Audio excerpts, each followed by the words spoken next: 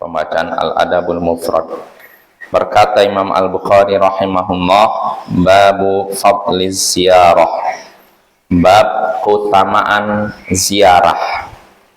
Ziarah bukan ziarah kubur, maksudnya ziarah di sini berkunjung kepada saudara seiman, seorang muslim. Apa itu keutamaannya?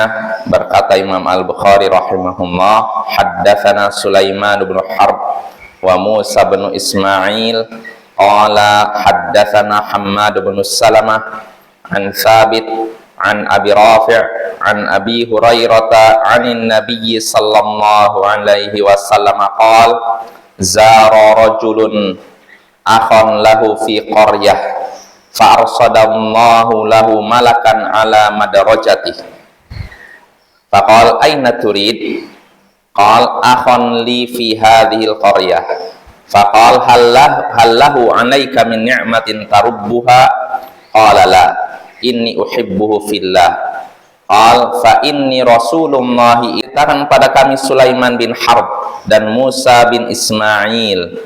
Keduanya berkata telah menceritakan pada kami Hammad bin Salamah dari Thabit, dari Abu Rafi', dari Abu Hurairah, dari Nabi sallallahu alaihi wasallam. Beliau bersabda, seseorang berkunjung kepada saudaranya di sebuah kampung. Seseorang berkunjung kepada saudaranya di sebuah kampung, lalu Allah pun mengutus seorang malaikat di perjalanannya, di jalan dia menuju kampung tersebut. Maka malaikat ini bertanya kepadanya, mau kemana engkau? Orang itu menjawab, saudaraku di kampung ini. Aku ingin berkunjung kepada saudaraku di kampung ini. Malaikat kembali bertanya, apakah engkau punya apakah saudaramu ini punya jasa yang ingin engkau balas? Apakah saudaramu ini punya jasa yang ingin engkau balas? Maka laki-laki itu menjawab, orang itu menjawab, tidak. Hanya saja aku mencintainya karena Allah. Maka malaikat pun berkata, sesungguhnya aku adalah utusan Allah kepadamu untuk mengabarkan bahwasanya Allah telah mencintaimu sebagaimana engkau mencintai saudaramu. Ya, jadi gitu ayyuhal ikhwah, azzani wa azzakumullah. Hadis ini dari Abu Hurairah. Di sini Nabi sallallahu alaihi wasallam mengabarkan tentang kisah seseorang yang mengunjungi saudaranya seiman. Di sini kata Nabi, seseorang berkunjung pada saudaranya di sebuah kampung. Saudara di sini bukan saudara dalam artian sedarah atau kerabat, bukan, maksudnya saudara seiman. Jadi orang ini berkunjung pada saudara seiman muslim di sebuah kampung. Dia ingin berkunjung kepada saudaranya seiman, seorang muslim di sebuah kampung. Maka Allah pun mengutus seorang malaikat di perjalanannya, di tempat, di jalan yang akan ia lalui menuju kampung muslim itu. Allah mengutus seorang malaikat. Malaikat ini bertanya kepada orang tadi yang mau berkunjung pada saudaranya seiman, seorang muslim. Malaikat bertanya, mau kemana kamu? Dijawab oleh orang itu, saudaraku di kampung ini. Artinya aku ingin berkunjung pada saudaraku di kampung ini, seorang muslim di kampung ini. Maka malaikat bertanya, apakah saudaramu ini punya jasa yang ingin kau balas? Karena biasanya kita berkunjung pada seorang, mungkin karena orang itu pernah berjasa kepada kita, banyak berbuat baik kepada kita, maka kita pun berkunjung ke rumahnya. Itu biasanya kan begitu kan, kalau kita baru berkunjung kalau orang itu punya kebaikan. Maka malaikat bertanya, apakah saudaramu itu punya nikmat, punya jasa yang ingin kau balas? Maka apa jawaban orang ini? Tidak, nggak punya jasa apapun, hanya saja saya mencintainya karena Allah. Saya mencintainya karena Allah, karena orang ini taat kepada Allah, orang ini soleh.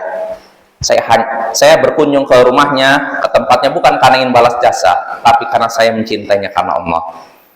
Maka malaikat pun berkata kepada orang tersebut, sesungguhnya aku adalah utusan Allah yang diutus kepadamu untuk mengabarkan kepadamu bahwasanya Allah mencintaimu. Allah telah mencintaimu sebagaimana engkau mencintai saudaramu. Nah, ini maknanya Bapak ya. Mudah-mudahan jelas ya, insya Allah maknanya jelas. Nah, dari hadis ini kita bisa mengambil beberapa pelajaran. Di antaranya pertama, sesuai dengan judul bab, keutamaan berkunjung kepada seorang muslim yang taat. Keutamaan berkunjung kepada seorang muslim yang taat kepada Allah. Karena apa? Ketika kita berkunjung kepada saudara kita seiman yang taat kepada Allah, Allah akan mencintai kita. Kedua, Allah akan mengutus malaikat yang akan melindungi kita selama di perjalanan. Nah, itu keutamaannya. Lalu faedah kedua yang bisa kita petik dari hadis ini, malaikat akan menjelma dalam bentuk manusia ketika bertemu dengan manusia. Malaikat akan menjelma sebagai manusia ketika bertemu dengan manusia. Sebagaimana dalam hadis ini, malaikat punya wujud fisik bertemu dengan manusia, tapi dalam bentuk penjelmaan, ya, tidak dalam bentuk asli. Lalu faedah berikutnya juga yang bisa kita petik dari hadis ini juga, Allah memiliki sifat kalam, perkataan yang hakiki, yang sesungguhnya bukan majas.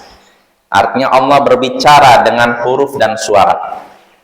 Sebagaimana dalam hadis ini. Lalu faedah berikutnya juga yang bisa kita petik dari hadis ini juga, anjuran untuk anjuran untuk mencintai seseorang karena Allah. Anjuran, bahkan perintah untuk mencintai seorang karena Allah. Karena itu akan membuahkan cinta Allah kepada kita. Jadi ketika kita mencintai seorang karena Allah, maka Allah pun akan mencintai kita. Maka Bapak ini penting nih, cinta benci karena Allah, bukan karena urusan dunia. Kalau kita cinta seorang karena Allah, Allah pun akan mencintai kita.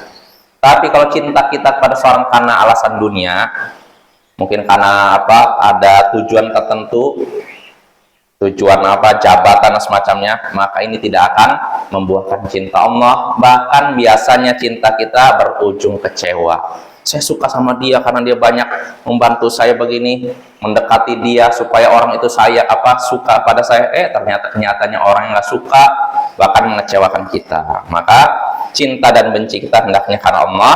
Karena kalau kita cinta seorang karena Allah, Allah pun akan cinta kepada kita. Wassallallahu ala nabiyyina Muhammadin wa ala alihi wa sahbihi ajma'in. Wa akhiru da'wana anil hamdulillahi rabbil alamin. Assalamualaikum warahmatullahi wabarakatuh.